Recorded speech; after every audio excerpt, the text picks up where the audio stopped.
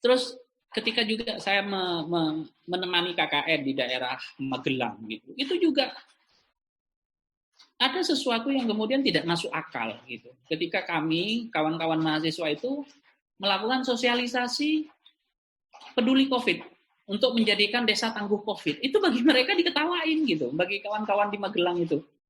Loh nggak ada COVID di sini Pak katanya kan. Loh kami hanya ke mana ke ladang gitu. Kami tidak kemana-mana, nggak ada COVID di sini.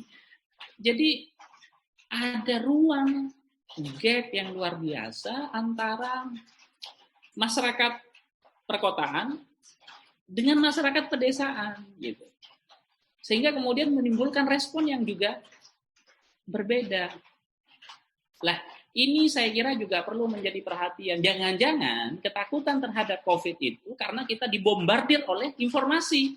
Entah informasi itu benar atau bahkan mungkin salah gitu. Ya memang kita lihat misalnya awal-awal itu kan luar biasa kan. Jadi ustadz-ustadz juga bilang misalnya ini karena apa namanya adab bagi non-Islam kan begitu awal-awal. Walaupun kemudian direvisi, ternyata di Iran juga ada gitu kan. Ternyata di pesantren juga ada gitu. Ternyata bukan adab, kira-kira begitu. Gitu. Itu ruang yang apa namanya yang menyebabkan kita perlu melakukan betapa COVID itu menjadi sesuatu yang luar biasa, walaupun tentu kita bisa memahaminya karena kita memang tidak pernah mengalami ini, walaupun ada laporan misalnya ada flu burung gitu kan dan lain sebagainya. Tapi saya tidak akan membahas itu. Saya akan masuk langsung ke pesantren. Gitu ya. Kasus pesantren. Jadi kalau kepanikan itu terjadi di mana-mana, di pesantren pun juga sama gitu. Jadi setelah Maret gitu, awal Maret itu ada kasus di Jakarta, di Bogor tepatnya, dan itu juga kemudian menyebar beberapa gitu kan ke beberapa daerah. Ternyata kepanikan itu juga ada di pesantren gitu. Apalagi ketika tanggal 15 Pak Jokowi itu bilang perlunya pembatasan sosial. Sebelum ada PSBB ya, tapi ini masih sekedar himbauan di 15 Maret itu. Wah, itu pesantren sebagaimana sampaikan Bu Khotijah tadi itu kacau balau gitu kan, kacau balau. Jadi pesantren di Yogyakarta itu hampir semuanya di tanggal 20, 21, 23, 22, 23 Maret itu pulang semua santrinya. Itu kan padahal luar biasa itu. Gitu. Banyak sekali santri-santri itu, tapi dalam waktu 2-3 hari itu harus pulang semua. Harus pulang. Walaupun dalam penelitian nanti ketemu ya bahasanya orang pesantren itu ya yang mau pulang gitu. Disuruh pulang gitu. Ini saya kira luar biasa. Jadi panik gitu ya. Panik luar biasa pesantren itu. Tetapi kepanikan itu tidak berlangsung terlalu lama. Karena pada tanggal 17 Maret, April, Mei gitu. Sekitar 2 bulan saja.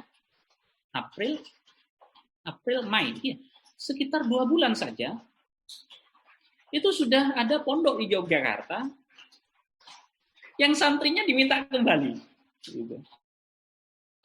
Kembali gitu.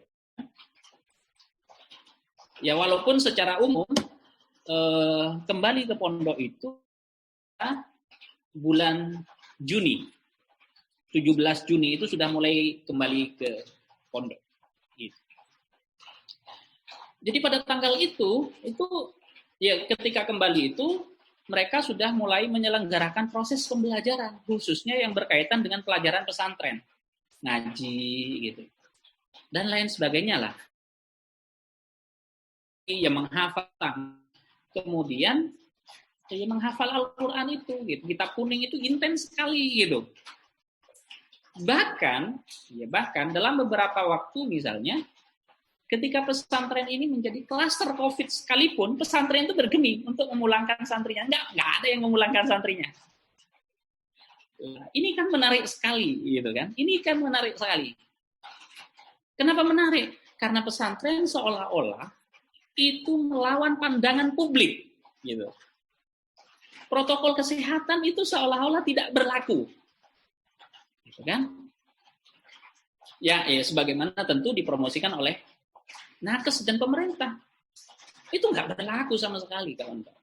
Bapak Ibu sekalian. Ya tentu nanti bata itu menjadi sesuatu yang menarik gitu. Coba misalnya begini, ketika ada pesantren, ya kebetulan juga yang kami teliti ini itu juga menjadi klaster juga, gitu ya. Menjadi klaster juga. Tapi untuk mohon maaf untuk kesempatan kali ini saya belum mempublikasikan namanya, gitu ya. Tidak akan mempublikasikan namanya, ya karena ada satu dan lain hal. Ya walaupun sebenarnya pondoknya sih oke aja gitu, tetapi untuk sementara saya tidak akan mempublish itu namanya. Gitu. Jadi sehingga kemudian kita menjadi klaster gitu, itu kan pesantren dihujat luar biasa, gitu, dihujat luar biasa. Bahkan ya banyak juga mencoba melakukan itu, tapi mungkin tidak bisa konfrontatif kan, karena jumlah pesantren yang tinggi sekali gitu. Tapi kalau tenaga kesehatan atau bahkan dari sendiri yang misalnya di bawah RMU itu kan dahsyat sekali kan, melakukan pengawalan, tapi kan tidak bisa menghalangi pesantren untuk melanjutkan. Hanya menghimbau santri-santri yang sehat silahkan diperbolehkan pulang misalnya begitu. Tapi kan itu tidak diikuti ya, artinya tidak menjadi kebijakan. Gitu. Lah pada posisi ini Bapak Ibu kawan-kawan sekalian, kita kemudian membangun asumsi begini. Kenapa tahu pesantren itu begitu kekeh dengan sikapnya? Ya bagi sebagian orang, bagi yang biasa meneliti pesantren, kita kenal dengan istilah sebagai sebuah subkultur. Ini disampaikan oleh Gus Dur ya. Pesantren sebagai sebuah kultur. Mereka memiliki kultur sendiri yang terkadang bagi orang luar aneh. Gitu. Hal ini pula yang kemudian kita lihat dalam konteks COVID itu. Pesantren itu memiliki yang berbeda untuk menghadapi COVID memang. Sehingga mereka kemudian begitu kekeh untuk melakukan apa yang diyakininya, bahkan bagi sebagian orang dianggap melawan pemahaman umum. Itu kan luar biasa, itu kan luar biasa. Di tengah orang takut berkumpul, pesantren malah menghimpun para santrinya, ya, menghimpun para santrinya. Ini menarik sekali. Gitu. Tentu saja bagi kami, gitu, sikap pesantren yang begitu kekeh itu dipengaruhi oleh pandangannya yang otentik ya terhadap COVID. Ya berbeda lah, gitu. Lah. Ini juga kenapa kemudian Bapak Ibu kawan-kawan sekalian kita melakukan riset gitu. Kita tidak bisa kemudian dalam konteks kajian ilmu sosial hanya bisa menyalahkan dan memaksakan paradigma luar untuk menyelesaikan persoalan pesantren. Kita nggak bisa melakukan itu. Mengapa? Gitu. Mengapa bisa demikian? Karena faktanya banyak. Karena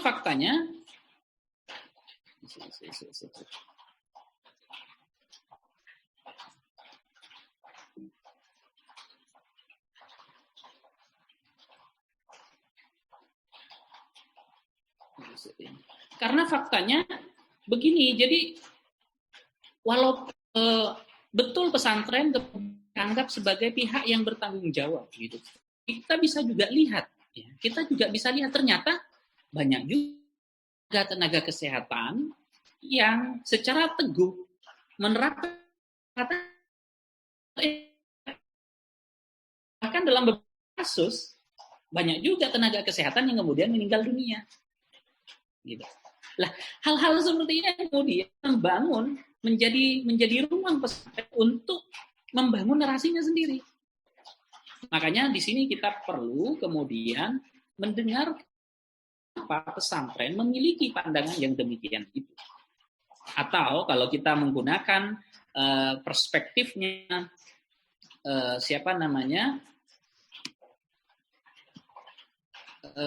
perspektif tentang aktor perspektif. Kita menggunakan ini, saya perlu Ivan Pritchard itu, kita perlu melihat itu aktor perspektif, karena kalau kita memaksakan diri untuk membangun kepahaman tentang perlunya misalnya protokol kesehatan ala